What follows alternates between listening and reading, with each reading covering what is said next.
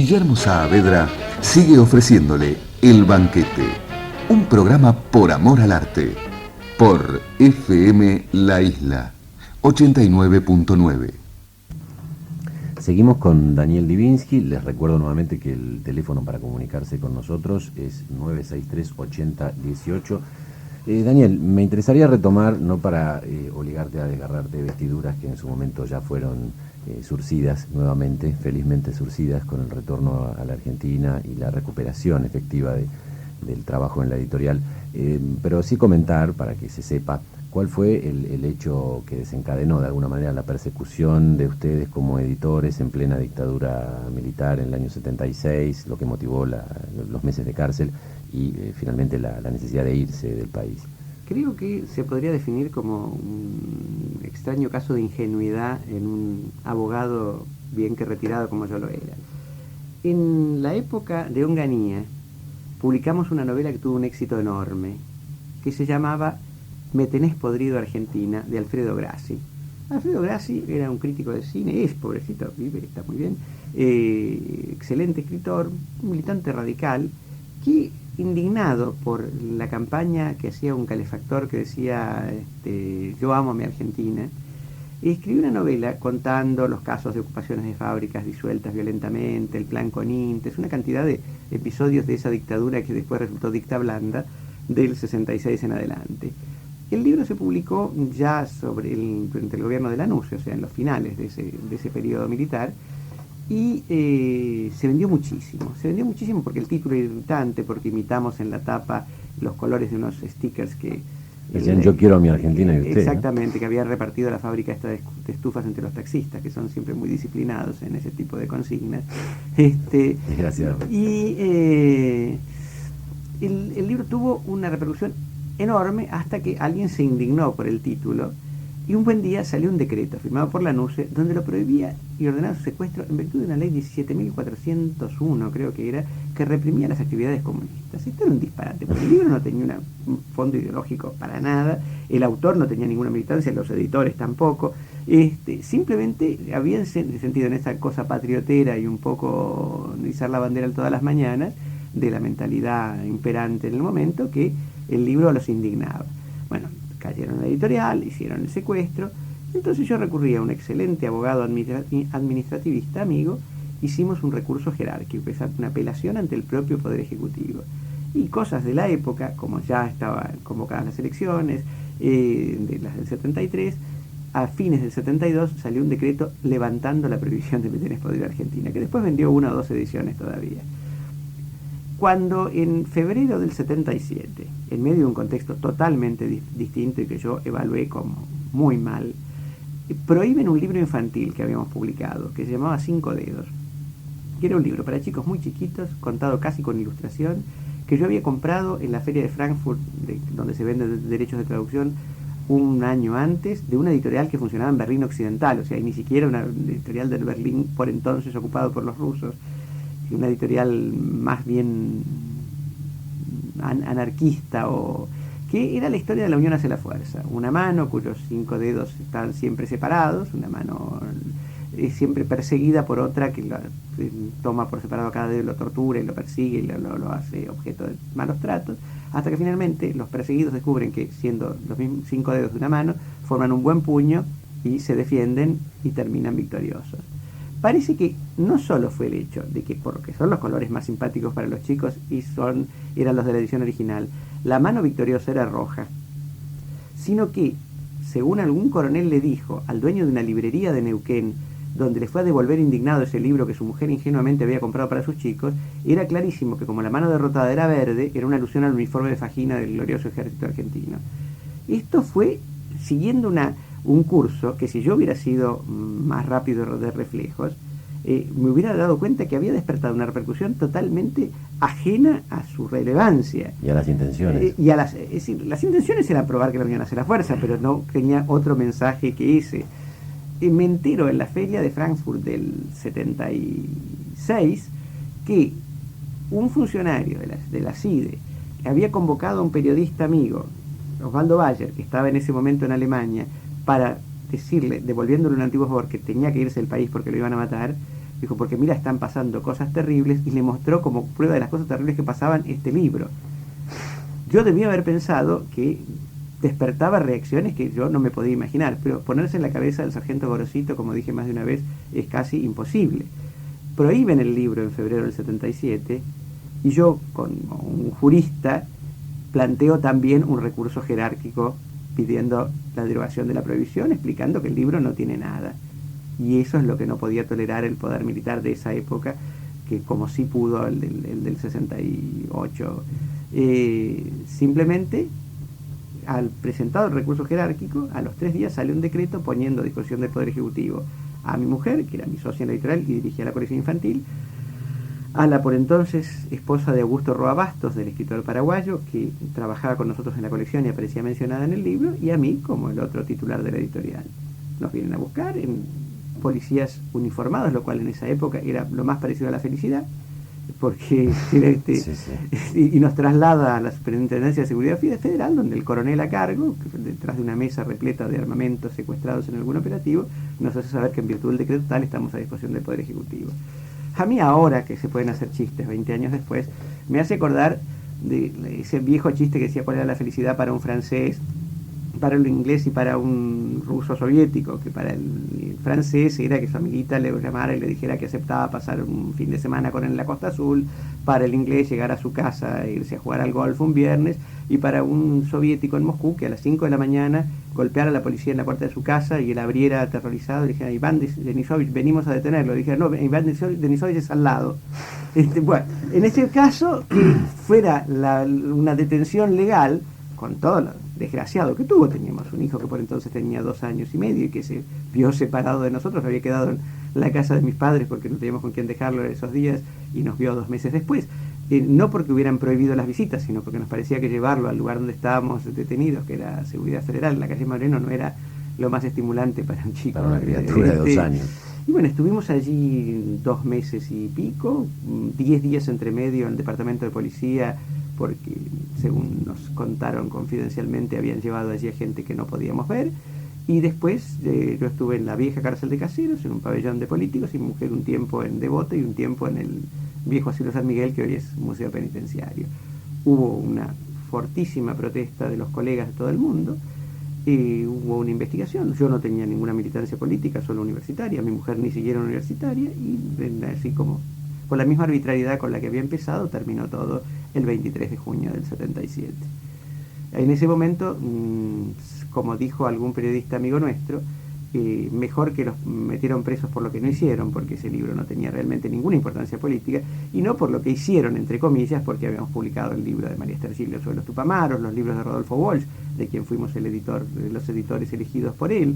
O sea que realmente era bastante mejor que hubiera pasado por este libro, que era realmente una tontería. Es decir, lo miro y pienso si esto puede significar 4 meses y medio, y da una especie de risa mezclada de bronca, ¿no? Hay anécdotas que ya no se sabe si pertenecen al terreno de la mitología o han sido comprobadas de gente que ha sido, no sé, secuestrada, pero a lo mejor encarcelada semi-legalmente o por lo menos blanqueada en esa época por ser portadores de libros cuyos títulos eran La Revolución Culinaria o La Cuba Electrolítica.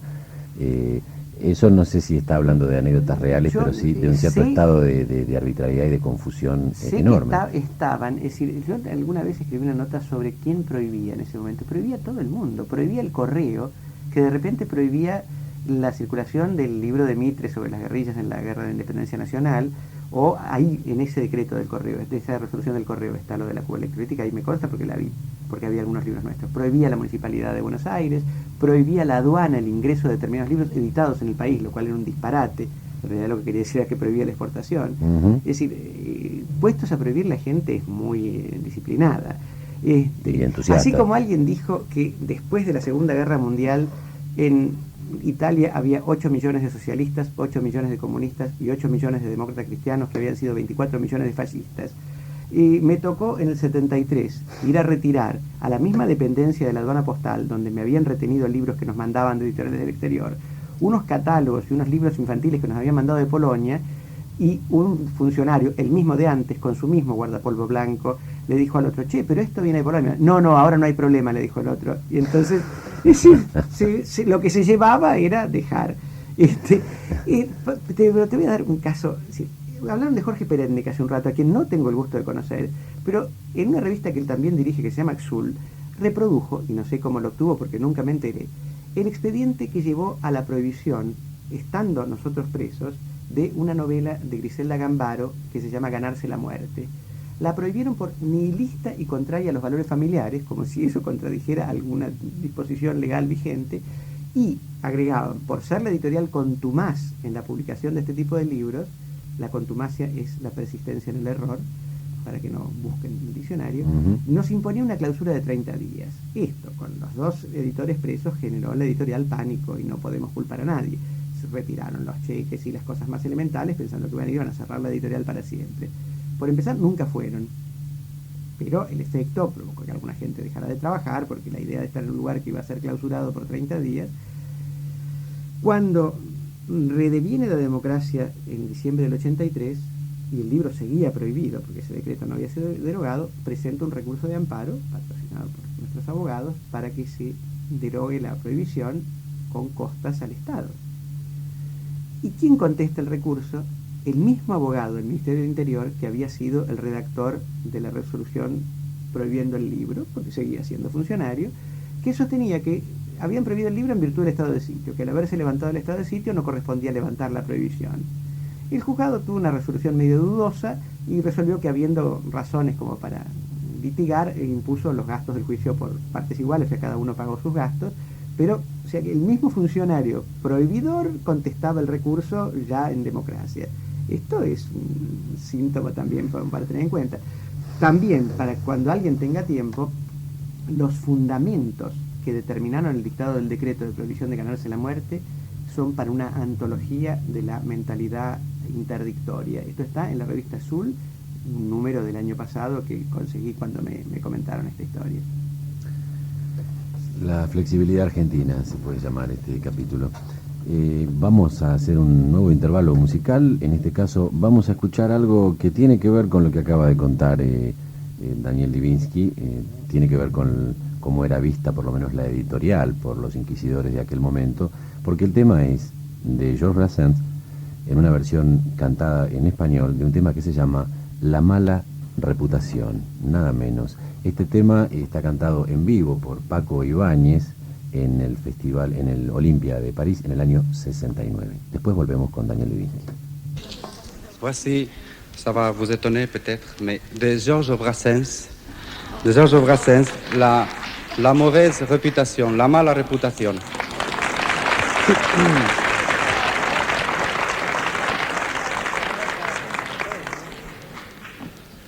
Elle est traduite par un ami, Pierre Pascal, et à vous, je crois que je n'ai pas besoin de la traduire.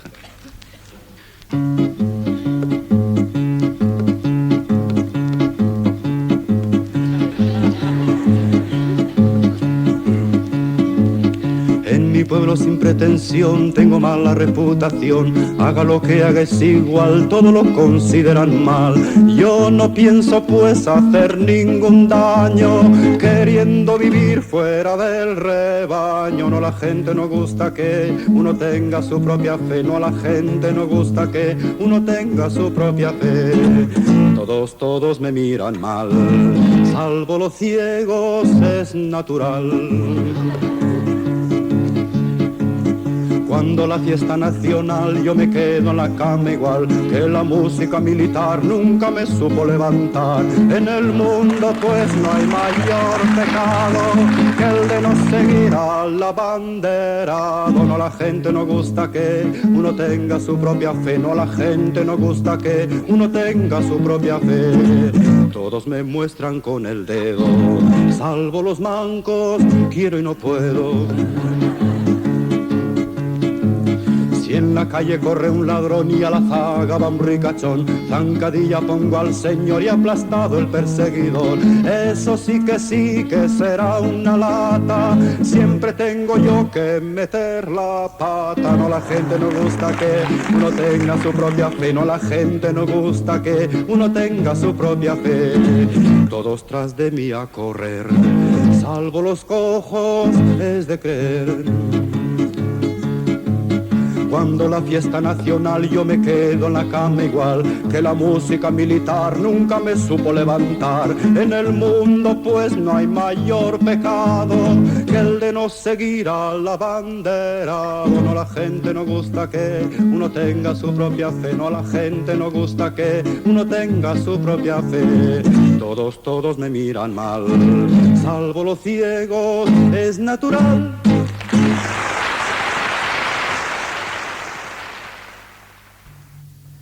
Escuchábamos entonces La mala reputación o La mauvaise réputation de Georges Brassens en una versión de Paco Ibáñez en el Olympia de París en el año 69. Y recordábamos, fuera de micrófono, que la editorial de La Flor se propuso justamente como uno de sus primeros libros una antología de textos de Brassens que finalmente salió en la primera edición en el año 70. En el año 70 y después traducido por Graciela Isnardi y Horacio Salas. Y luego una versión corregida por Julio Ardiles Gray, y tiene una tercera edición que salió hace unos 10 años, una cosa así. Ahora, después de esto, me estuve en París alguna vez en el 78, 79, y fuimos con mi mujer y con María Esther Gilio a escucharlo a Georges Brassens en el Bobinot, y después pedí verlo, le dije que era su editor en América Latina, me dejaron pasar, y resulta ser que primero, visto desde la platea, primero que el recital fue larguísimo, porque en tanto se le pidieron bises, él excedió la norma habitual de los 3 números fuera de programa y cantó, pero sin dar muestras de cansancio. Pasamos a su camarín, estaba tomando un vaso de vino que nos convidó, y resultaba, visto desde la platea, parecía un tipo muy alto, es decir, muy parecido a David Viñas, pero yo pensaba que era casi de su estatura y realmente era un tipo muy bajito. Y de repente se produjo uno de esos silencios embarazosos, me hizo 2 preguntas sobre la edición, sobre la traducción, y nos quedamos todos sin saber qué decir, brindamos porque nos dio una copa de vino y lo saludé y me fui, por lo cual el contacto personal fue sumamente pobre. Como dice algún amigo, algunos escritores, mejor leerlos que conocerlos, pero ahí había un problema de idioma o de inhibición por la situación. Teníamos buen francés, pero él era sumamente tímido, yo estaba intimidado por su presencia y entonces ni siquiera una periodista muy activa como María Esther Gilio consiguió romper el hielo. Bueno. Ahora con lo que decís de los escritores, y dado que mencioné a David Viñas le puso el título al primer libro de la editorial, que era una antología de textos sobre Buenos Aires, que empezaba con el de Ulrico Schmid, fundar una ciudad que se llama Buenos Aires, iba tomando textos de los más diversos, de diversas épocas, que tenía desde la cantidad de cretinos que había en Buenos Aires en 1893 según el censo, pues eran los cretinos en sentido técnico, médico, ¿no? Médico, claro. Y un texto inédito que nos cedió Cortázar en su momento, que después estuvo en la vuelta al día en 80 mundos, y terminaba el libro con un cuento de David Viñas que se llamaba Buenos Aires, primera capital socialista de América Latina, que era un cuento de política ficción. Pero el libro no tenía título, y entonces estábamos en el restaurante Edelweiss, que funcionaba también como cervecería y que tenía ventanales abiertos a la calle, un día de marzo del año 67 en que iba a salir el libro, devanándonos los sesos con Jorge Álvarez, con Piri Lugones, con algunos otros amigos, acerca de cómo podía titularse el libro. Entonces pasó Viñas frente a la ventana, nos saludó, y ¿qué están haciendo? Le dijimos, y cuando le contamos, dijo, pero viejo, eso es Buenos Aires de la Fundación a la Angustia. Y así se llamó el libro. Y también con la que decís de las relaciones personales con los escritores, ¿no? A todos los escritores que conocí a través de Jorge Álvarez, Manuel Puig, etcétera, Vicente Batista, Piglia, nos tuteábamos. Y al único que trataba de usted era a David, porque yo había leído su obra antes de conocerlo, me había impresionado mucho, era un poco mayor, pero no tanto, al que trataba de usted. Un día coincidimos en la librería y él salió caminando por Corrientes junto conmigo, camino de mi estudio jurídico. Yo le comento la situación, le digo, mira lo que pasa, David, yo con todos los escritores me tuteo y con usted no puedo. Y entonces en vez de decirme, bueno, tuteame, yo le digo, ¿vio que a veces pasa eso? Y ahí lo hace. Sellada para siempre una relación de usted. Muy bueno. De tu encuentro con Brassens también debe haber sido un buen precalentamiento para una relación con un tímido incurable como es Leo Maslía. Bueno, creo que vamos a llegar a enhebrar una conversación de los próximos 10 años, hace 10 años que lo publicamos. En realidad, Leo fue producto de la radio más que de la literatura, porque en la época en que dirigía Radio Belgrano, Martín Caparrós y Jorge Dorio, que tenían un programa sumamente divertido y delirante que se llamaba Sueños de una noche de Belgrano, que ganó un premio dado por la Radio Nacional de España y demás, me ofrecieron a un cantautor uruguayo totalmente desconocido por mí para dar un recital en el auditorio de la radio, y yo con mi audacia característica lo había escuchado en el programa de ellos. Porque además era la cortina un tema de claro, Leo. Dije que sí, y desde entonces me he vuelto un adicto a Leo Maslía, y vamos conquistando adeptos. Monosilábicamente van aumentando una conversación. Ya hay 11 libros del publicados. La última novela, que se llama Ositos, que es realmente excepcional, apareció ahora para la feria, y todos los libros que han salido se han reeditado. No es un bestseller en absoluto, pero tiene una hinchada realmente adicta, y cada vez más gente va descubriendo que es realmente un tipo ingeniosísimo, que no se parece a nadie, es decir, porque tiene cosas de Lewis Carroll o de Woody Allen, siendo muy Maslía, con unos juegos con el lenguaje que son realmente insólitos. Y de pronto un anclaje costumbrista uruguayo que él recupera, que lo aleja justamente de esas. Exactamente, por momentos así, pero por suerte cada vez hay mayor cantidad de críticos que se dan cuenta que tienen que considerarlo realmente como un escritor y no como un fenómeno de la naturaleza, ¿no? Claro, por otro lado parecen perdonarle la vida como escritor, como diciendo, bueno, en realidad su verdadera actividad es la de ser un cantautor, alguien que da recitales y de vez en cuando publica un libro. Siendo que por lo demás es un músico de música, digamos, clásica, de altísimo nivel. Tocó cuando se hizo en el San Martín la versión completa de Las Vejaciones de Erik Satie, que duraba todo el día, y era uno de los pianistas que se alternaban en la versión de las variaciones. Y realmente me enteré ahora que el 20 va a dar un concierto con un grupo musical. Realmente tiene conocimientos profundísimos de música, ¿no? Incluso en las parodias que a veces se hacen. En El perro de Mozart, por ejemplo, hay una parodia de un fraseo absolutamente mozartiano, y hay usos, bueno, de tendencias de la música contemporánea como el minimalismo en muchos de sus primeros temas, sobre todo. Es decir, él lanzó hace poco en Buenos Aires un disco compacto que se llama Sanguango, una de esas palabras arcaicas que uno casi no recordaba, y donde tiene la versión paródica de dos tangos, uno de ellos Naranjo en Flor, que son absolutamente formidables. Primero por el respeto total de la métrica, con un cambio copernicano en cuanto al contenido de la letra, ¿no? Me gustaría retroceder un poco en el tiempo, Daniel, y retomar la linealidad del relato sobre la editorial y sobre tu vida en la editorial, para referirnos un rato a el exilio en Venezuela, más específicamente a un acontecimiento muy importante para el periodismo de allá, como fue la salida del diario de Caracas, en cuyo desarrollo creo que has tenido una participación. No, mi mujer y yo fuimos unos colados en el diario de Caracas casi por accidente. ¿Cómo fue? El fundador y el que le promovió el proyecto frente a quien lo financió, que es un político venezolano, Diego Arria, candidato varias veces a la presidencia de la República, fue Rodolfo Terraño, que era el director periodístico. El jefe de redacción y el que formó a una generación de periodistas jóvenes venezolanos era Tomás Eloy Martínez. Trabajaban otros excelentes periodistas argentinos, Edgardo Silvercasten, que falleció el año pasado, Raúl Lotito, Germán Rodríguez, con quien casualmente me encontré hoy, y algunos otros que no recuerdo. Y se había decidido que, como era muy costoso sacar una revista dominical sin publicidad, y el diario al principio no lo iba a tener, el diario aparecía para disputar un lugar a los dos matutinos muy arraigados de Caracas, el Nacional y el Universal, entonces se decidió que iba a aparecer un librito todos los domingos, lo cual por entonces era una total innovación. Esto fue una idea de ellos. Se suponía que Tomás Eloy Martínez iba a sumar a sus tareas de jefe de redacción la de editar estos libros. Faltaban 15 días para que apareciera el diario. Se había hablado que el primero iba a ser un libro de Caracas de Meneses, un gran escritor venezolano, un libro breve, 60 páginas, y solamente se habían hecho las gestiones para conseguir los derechos. Nos ofrecieron hacernos cargo de esto en una Semana Santa. Los diagramamos en el patio del edificio donde vivíamos con Juan Fresán, un diseñador argentino que había diseñado el diario y que vivía también en Caracas, y que lo hizo magistralmente y en muy poco tiempo. Y nos lanzamos rápidamente a hacer, con tijeras y con los libros que había en casa, una antología de humoristas gráficos latinoamericanos, que fue el segundo. Y de allí irrumpió una colección que fue lo ideal de cualquier editor: hacer libros que no teníamos que pagar y que no teníamos que vender. Porque los editaba el diario y se repartían con el diario todos los domingos. Llegamos a hacer 72 libros. En algún momento se perdió el formato libro para convertirse en una revista abrochada porque eran muy costosos. Y en algún momento el diario fue vendido a una empresa de medios, Radio Caracas Televisión, que resolvió que era demasiado costoso hacerlos y optó por hacer una revista dominical. Así que esa fue la historia. Y ahí yo me quedé a cargo de las páginas de artes y espectáculos del diario, o sea que devine periodista una vez más. Bueno, vamos a hacer una nueva pausa. Les recuerdo que el teléfono es 963-8018 y luego de la pausa seguimos con Daniel Livinsky en el banquete.